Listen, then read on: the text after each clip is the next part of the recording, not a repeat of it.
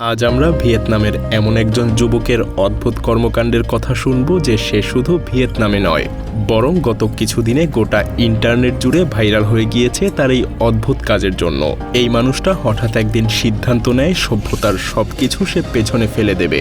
না শহর, না বিদ্যুৎ, না বাজার, কিছুই থাকবে না তার জীবনে। তার সামনে থাকবে শুধু প্রকৃতি, একটা বিশাল হ্রদ আর নিজের 2 হাতের দক্ষতা। লক্ষ্য একটাই, পানির মাঝখানে নিজে হাতে তৈরি করবে একটা সম্পূর্ণ স্বনির্ভর ভাসমান দ্বীপ। শুনতে অবিশ্বাস্য মনে হলেও এই স্বপ্নই তাকে টেনে নিয়ে যায় ভিয়েতনামের ঘন রেইন ফরেস্টের মাঝে লুকিয়ে থাকা একটা নির্জন হ্রদের দিকে। চারদিকে জঙ্গল, অদ্ভুত নীরবতা আর অজানা বিপদ। এখানেই শুরু হতে যাচ্ছে তার জীবনের সবচাইতে কঠিন পরীক্ষা। কিন্তু এখানে একটা বিষয় খুব স্পষ্ট হয়ে যায়, এই মানুষটা শুধু ঘর বানাচ্ছিল না, সে আসলে নিজের হাতে নিজের ভবিষ্যৎ তৈরি করছিল। যেখানে চারপাশে কোনো সুবিধা নেই, কোনো প্রস্তুতি নেই, কিন্তু সেখানে সে নিজের দক্ষতা আর আইডিয়া ব্যবহার করে শূন্য থেকে একটা নতুন জীবন গড়ে তুলছিল। আর আজকের পৃথিবীতেও বাস্তবতা অনেকটা এমনই। যে মানুষ নতুন স্কিল শেখে, নতুনভাবে চিন্তা করতে পারে, সেই মানুষই ভবিষ্যতের জন্য নিজেকে সবথেকে ভালোভাবে প্রস্তুত করতে পারে। আর আপনিও যদি নতুন স্কিল শিখে নিজের ভবিষ্যৎ সিকিউর করতে চান, তাহলে গত 9 বছরে শূন্য থেকে মায়াজালকে 11 মিলিয়ন সাবস্ক্রাইবারের চ্যানেলে পরিণত করার যাত্রায় আমি যা শিখেছি, সেই সকল স্ট্র্যাটেজি এবং কমপ্লিট এআই ইন্টিগ্রেশন প্রক্রিয়া এই রমজানে আমি শেয়ার করব আপনাদের কয়েকজনের সাথে। বিস্তারিত জানতে ঢুমেরে আসুন ডেসক্রিপশন এবং প্রথম কমেন্ট থেকে। চলুন আবার ফিরে যাই সেই নির্জন হ্রদের ধারে, যেখানে শুরু হয়েছিল তার অবিশ্বাস্য নির্মাণের গল্প। প্রথমে তার কাজ ছিল ভাসমান একটা ভিত্তি তৈরি করা। চারদিকে খুঁজতে গিয়ে সে আবিষ্কার করে এর জন্য সবচাইতে উপযুক্ত উপাদান হচ্ছে বাঁশ। শক্ত, হালকা এবং সহজেই পানিতে ভাসে। তাই সে একের পর এক বাঁশ কাটতে শুরু করে এবং সেগুলোকে একসাথে বেঁধে তৈরি করতে থাকে একটা বড় ভেলা। কিন্তু দড়ি কোথায়? এখানেও সে প্রকৃতির কাছ থেকেই সমাধান খুঁজে নেয়। বাঁশের শক্ত তন্তু ছিঁড়ে সে তৈরি করে মজবুত দড়ি। সেই দড়ি দিয়ে বাঁশগুলোকে শক্ত করে বেঁধে ধীরে ধীরে তৈরি হতে থাকে তার ভাসমান ভিত্তি।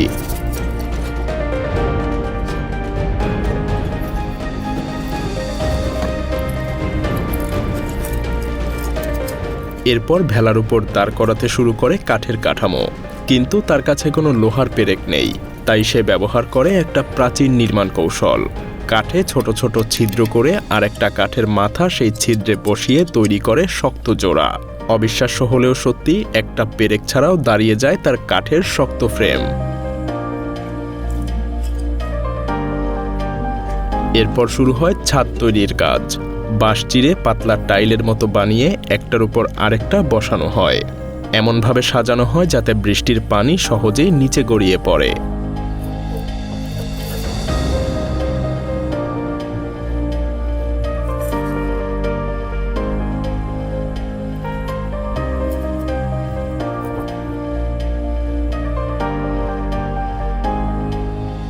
কিছুদিনের মধ্যেই হ্রদের মাঝখানে ভেসে ওঠে একটা ছোট কিন্তু বেশ মজবুত ঘর।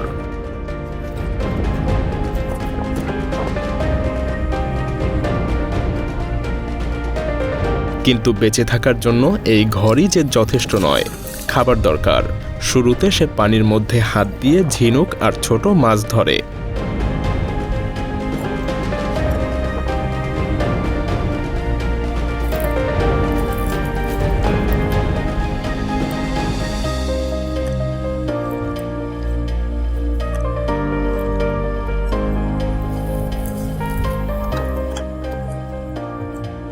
প্রথমে সে যে জায়গায় কাজ শুরু করেছিল সেটা ছিল খুব পাথুরে আর খাড়া।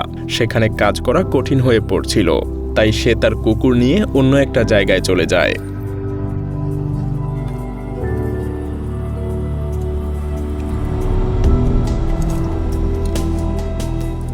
যেখানে ছিল সমতল বালুময় তীর।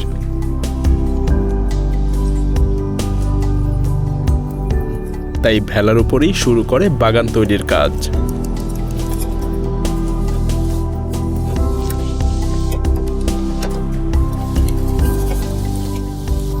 জঙ্গল থেকে কালো উর্বর মাটি আর পচা পাতা এনে সে বানায় ছোট ছোট চাষের জায়গা, যেখানে সে লাগায় মরিচ, সবজি আর একটা কলা গাছ। ধীরে ধীরে ভাসমান ঘরের উপরে জন্ম নিতে শুরু করে একটা সবুজ ছোট পৃথিবী। কিন্তু এখানেই থামে না সে। ভেলার মাঝখানে সে তৈরি করে একটা ছোট পুকুর, যেখানে সে মাছ বড় করবে।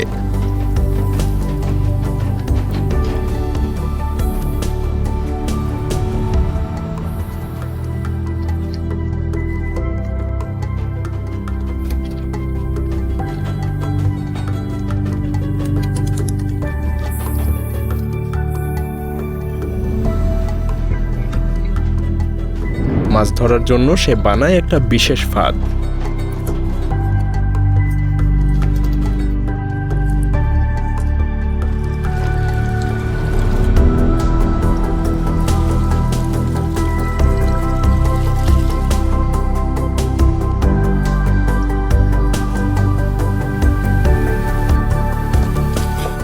একদিন সেই ফাঁদে ধরা পড়ে একটা বড় সাইজের ক্যাটফিশ।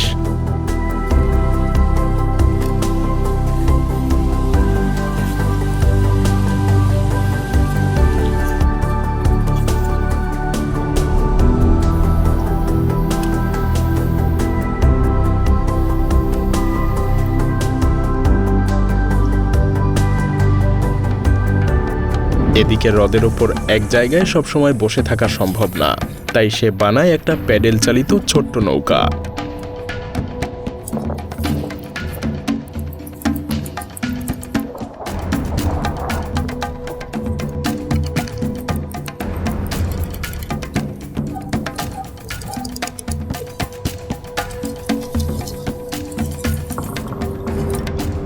পা দিয়ে চালানো এই নৌকা তাকে দ্রুত চলাচলের সুযোগ দেয়। এখন সে সহজেই হ্রদের বিভিন্ন জায়গায় যেতে পারে এবং আরও বেশি কাঠ আর বাঁশ সংগ্রহ করতে পারে। এরপর তার মাথায় আসে আরও বড় পরিকল্পনা, পানির উপরে ধান চাষ। বাঁশ দিয়ে সে বড় একটা কাঠামো তৈরি করে।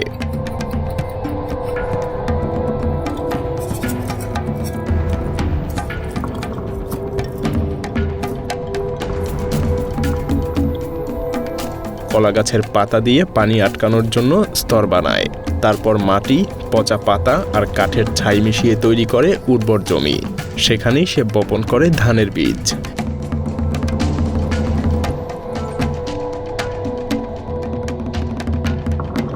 সময়ের সাথে সাথে তার ভাসমান পৃথিবী আরো বড় হতে থাকে। একদিন জঙ্গলে হাঁটার সময় সে লক্ষ্য করে একটা পরিষ্কার পথ। সে বুঝতে পারে নিশ্চয়ই এই পথে নিয়মিত কোনো প্রাণী চলাচল করে, তাই সে সেখানে একটা ফাঁদ পাতে।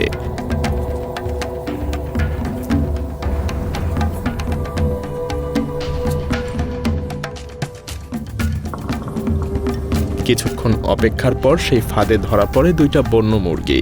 কিন্তু এটা তার কাছে শুধু একটা খাবার নয়, এটা যেন তার কাছে হয়ে ওঠে একটা ভবিষ্যৎ বিনিয়োগ।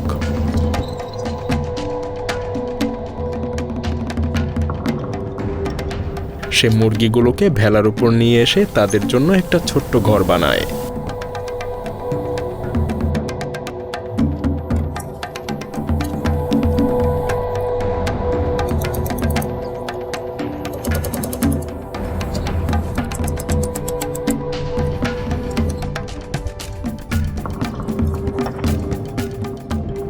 এদিকে তার বাগানে ফল ধরার জন্য দরকার ছিল মৌমাছি, তাই সে জঙ্গলে গিয়ে খুঁজে বের করে একটা বন্য মৌচাক।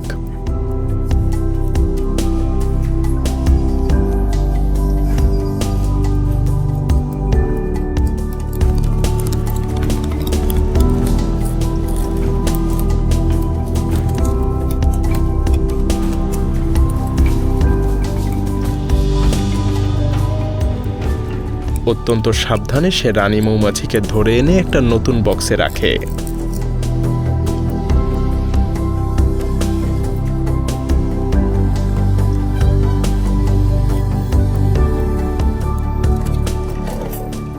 কিছুক্ষণের মধ্যেই পুরো মৌচাক সেই নতুন ঘরে চলে আসে।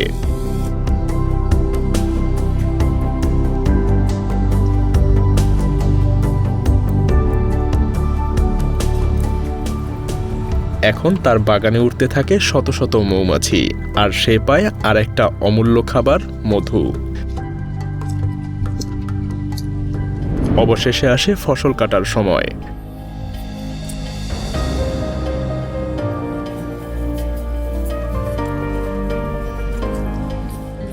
নিজ হাতে লাগানো ধান কেটে শুকিয়ে পিটিয়ে সে বের করে চাল।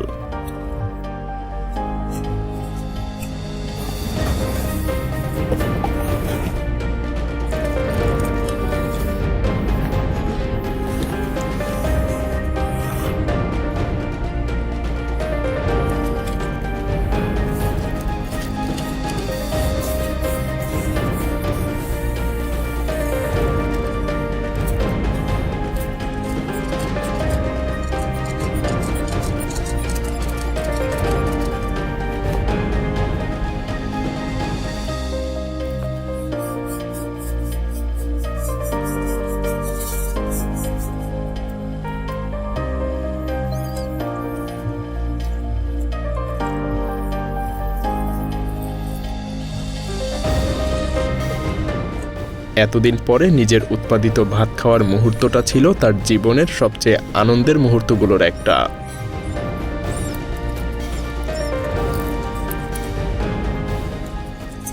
ধীরে ধীরে তার ভাসমান দ্বীপ যেন একটা ছোটখাটো গ্রামে পরিণত হয়।